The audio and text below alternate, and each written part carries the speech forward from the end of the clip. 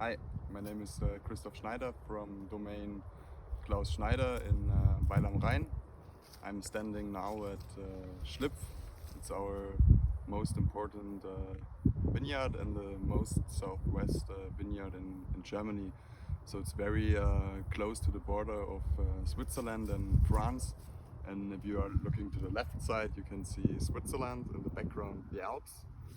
In front of me the Jura, France and Swiss one, and on the right side Alsace. That's like kind of our situation, and between Jura and Alsace you also have the port of Burgundy. This brings the Mediterranean airstream in this area, so it's one of the warmest places in Germany as well. We've got Christoph and Johanne Schneider with us today. Welcome. Welcome. Welcome. Hi. Would you start talking a bit about your family history and the history of your Weingut? Yes, our winery is in Markgräflerland. It's in Baden, and the part of Baden is called Markgräflerland, and it's the very most southwest winery in Germany. So we are close to the border of Switzerland and France. It's 500 meters to Basel, to Switzerland, and about 2 kilometers to France. And we here are since 1892. So Johannes and I are the sixth generation who are in charge for the winery. And we took over about 4 years ago.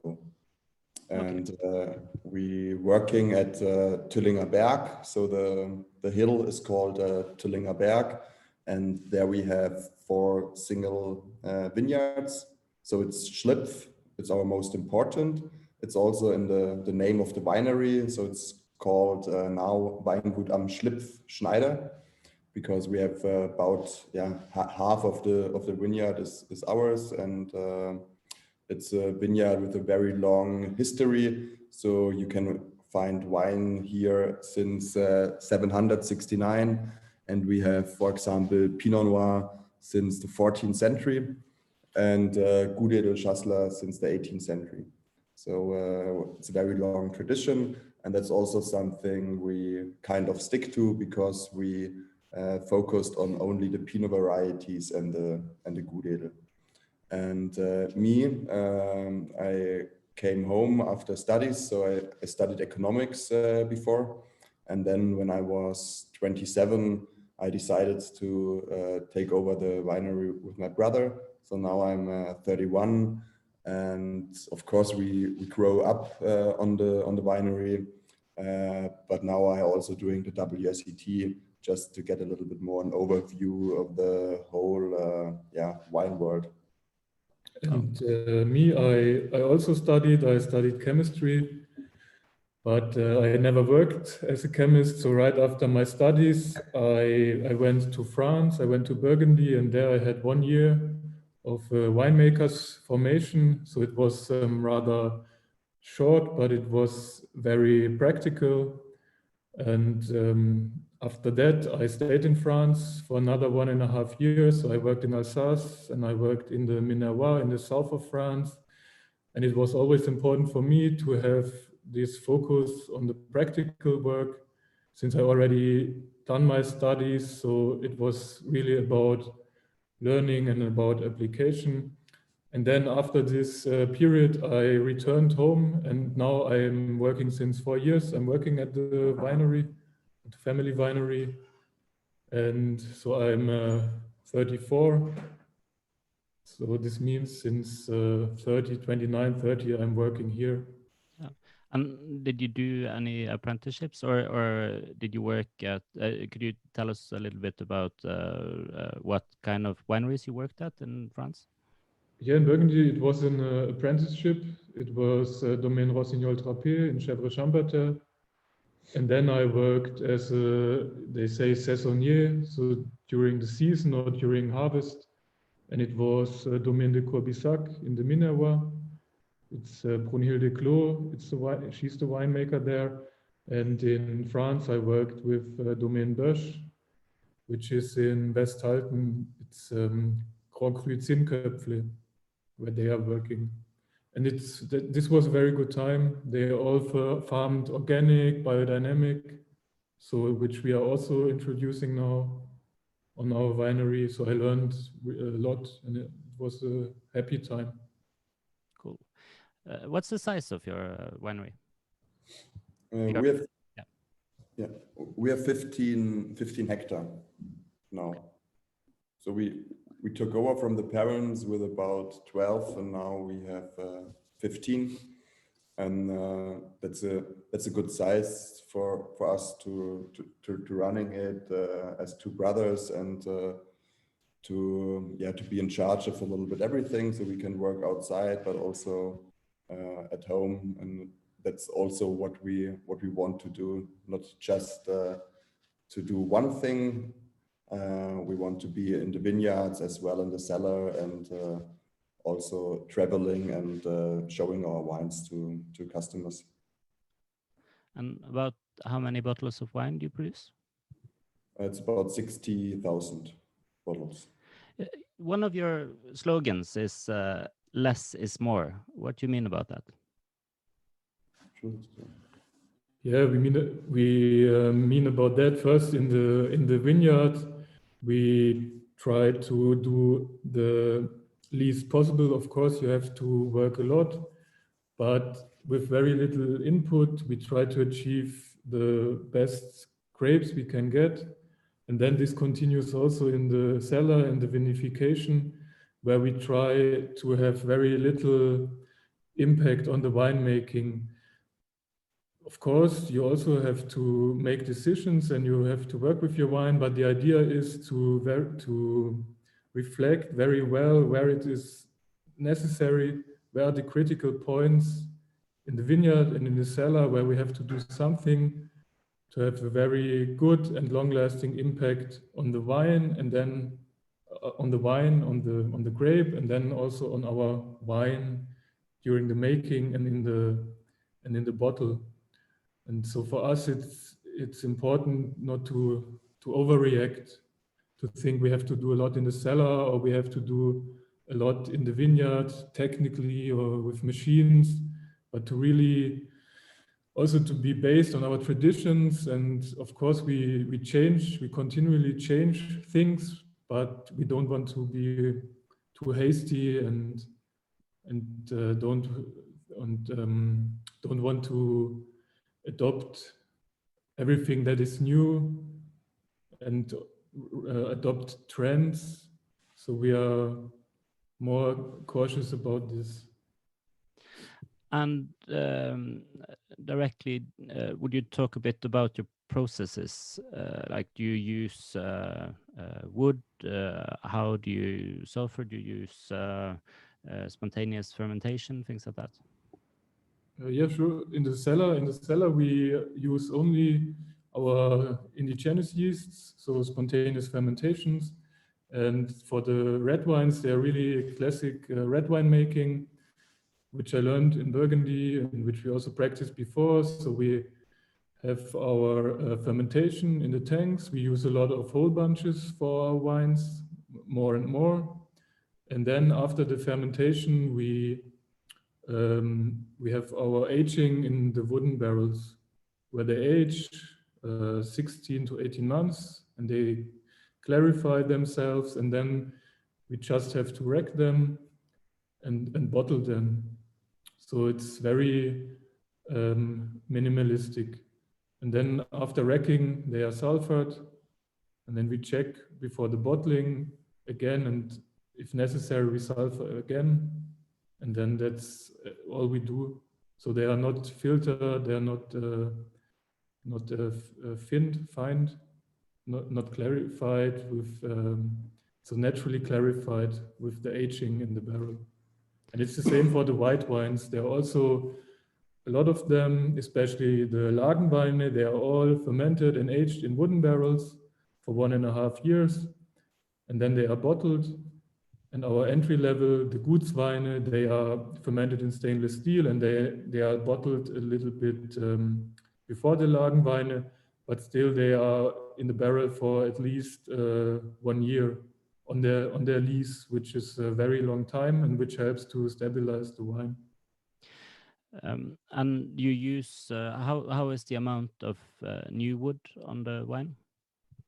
On the red wines, we introduce about 1/5 every year of new wood overall, and then for the Lagenweine, it can be up to 1/3. But we are not no great proponents of a lot of new wood. We just want to replenish our stock.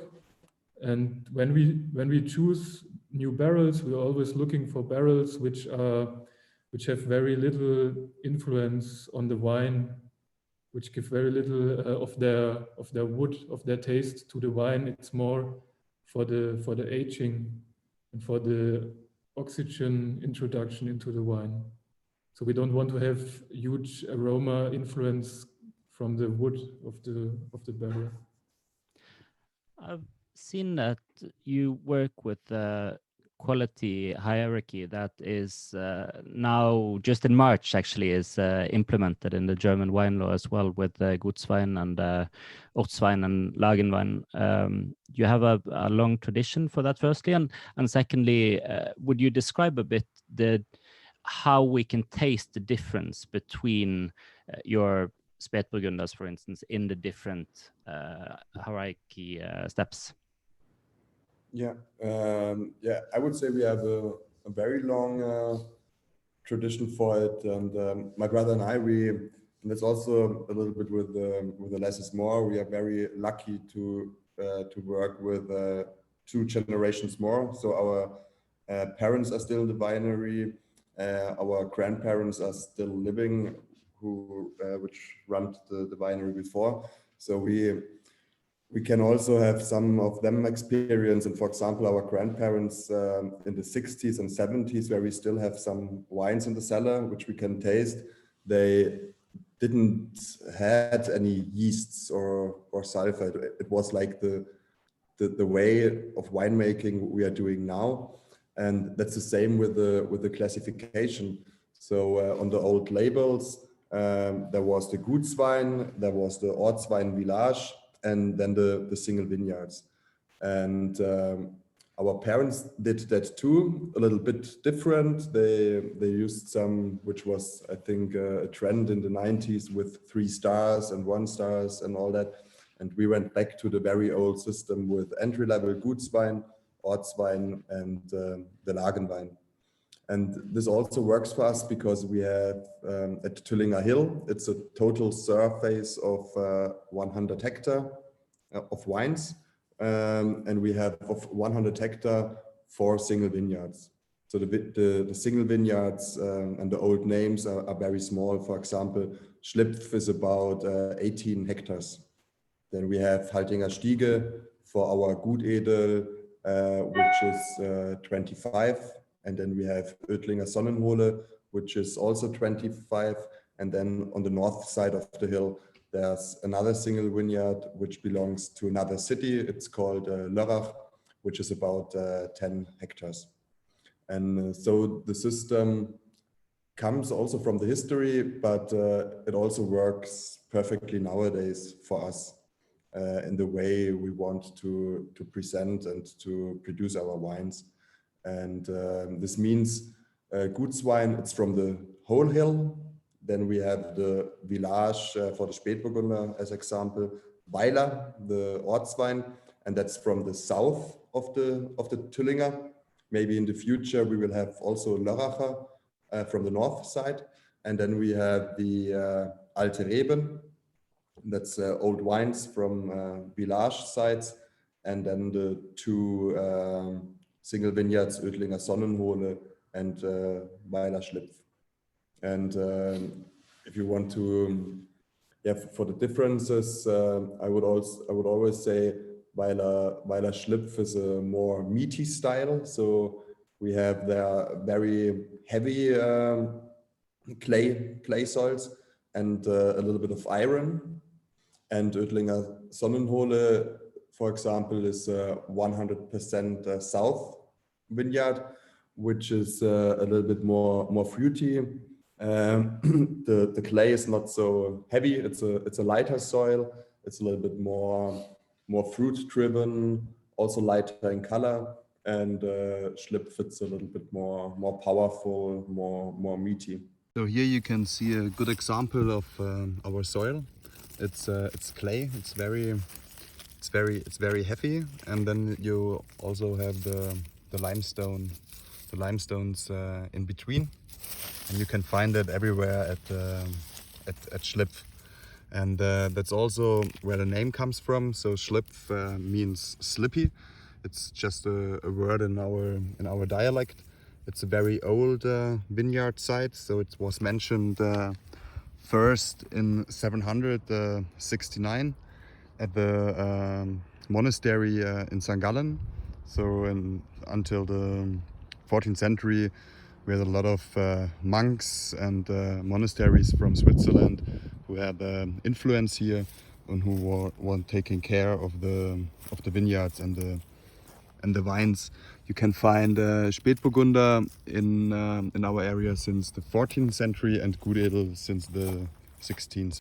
You also have a sideline called House Guppy. Would you talk about that? Yeah, the house Guppy. The idea we started the first one in 2018, and it was just to try how it was a good ale, how it will develop over time without any sulfur. So what we do, we have all the wines for a very long time in the barrels. So at the moment, we selling 2019 for the goods wine. So the goods wine are for 10 months at least in stainless steel. Then the village for 18 months and the Lagenweine for 24 months. I'm speaking now for the white wines.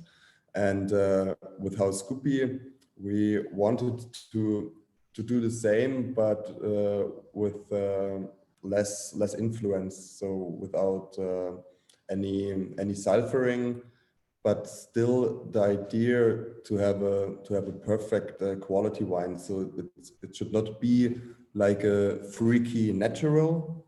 It should be more like a classic style which represents us, but with less influence. And what we are also doing with House Guppy, we are working with skin fermentations also for the white wines. And it's a certain technique we are using. So we are doing carbonic maceration with our red and white wines. And that is something I first learned when I was in the south of France, in the Minervois. And it's also a very good technique for this kind of wines. If you want to work completely without any sulfur and thinning on the wine, then it helps you to get a very stable and a very elegant wine. And that's also a little bit the idea behind this, so that we have a possibility to work with this special technique and to try different things. So we use Gudedel for our House Guppy, but we also have lots of blends. So we have one Gudedel Pinot Noir, Pinot Gris, Pinot Blanc blend. We have one Pinot Gris, Pinot Noir blend. It's also, in Germany, you have more the tradition to have varietal wines, one wine, one variety. And here we can also play a little bit and we have more possibilities. Yeah, it's also a little bit possibility for us as young winemakers or winemakers who just took over the winery to be a little bit more free and to gain experience, which we can use later for our other wines. So when we started with the Guppy in 2018, we recognized that that's not a big problem if you don't sulfur the wines, especially in the early stadium. So at the moment, 2020, the vintage for the whole winery is still unsulfured in the barrels. And it's also, about gaining experience. Are you represented in any markets outside of Germany? Yes, I would say just a little bit more outside than in Germany. We are in the United States, for example, in Australia, then Switzerland, of course, France, United Kingdom, Denmark, Belgium, and Netherlands. Thank you very much for joining us today from Klaus Schneider. You're welcome. Thank you, Thanks for the Heine. interview. Thanks for the interview. Weingut Klaus Schneider sin altereben Spätburgunder 2017. Vinen lys på farge. Det lav fargeintensitet, men den klar. På nesen så har han en medium mot, kanskje til og med medium pluss duftintensitet, og lukter av bringebær, litt sure kirsebær og litt brent stein og urter.